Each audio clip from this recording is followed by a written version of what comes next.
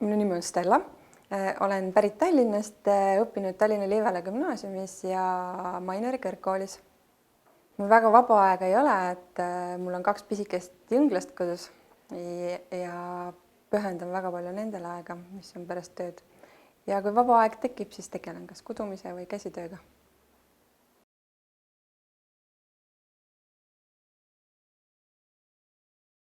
Töötan Tridens AS-is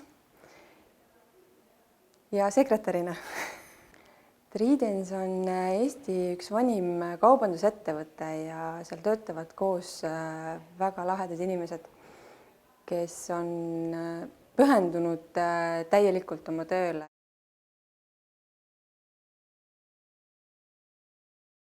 Kiirus, multifunktsionaalsus.